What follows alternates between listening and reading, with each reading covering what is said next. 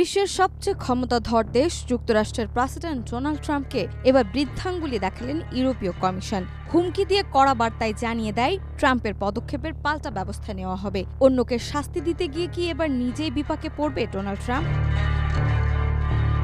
যুক্তরাষ্ট্র ইউরোপীয় পণ্যের উপর ৩০% শুল্ক আরোপ করলে পাল্টা ব্যবস্থা নেওয়ার হুঁশিয়ারি দিল ইউরোপীয় কমিশন। ১৩ জুলাই এই হুমকি দেন ইউরোপীয় কমিশনের সভাপতি উর্সুলা ভন ডের লেইন। তিনি বলেন, ১ আগস্ট থেকে যুক্তরাষ্ট্র যদি ইউরোপীয় পণ্যে একতরফাভাবে শুল্ক আরোপ করে, তাহলে ইইউ নিজেদের স্বার্থ রক্ষায় প্রয়োজনীয় সব পদক্ষেপ নিতে প্রস্তুত রয়েছে।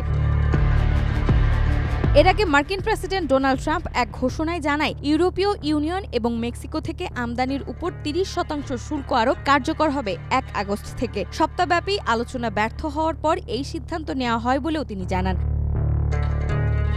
শুধু ইউরোপ নয়, চলতি সপ্তাহে ট্রাম্প আরও কয়েকটি দেশ জাপান, দক্ষিণ কোরিয়া, কানাডা ও ব্রাজিলের পণ্যের উপর নতুন শুল্ক আরোপের ঘোষণা দেন। এদিকে ভন ডের লেইন আরও বলেন, ইইউ এখনও চুক্তির জন্য প্রস্তুত রয়েছে, তবে একতরফা পদক্ষেপের জবাব দিতে আমরা কখনোই পিছু হটব না। ন্যায্য ও উন্মুক্ত বাণিজ্যই ইউরোপের বৈশ্বিক অবস্থানের ভিত্তি।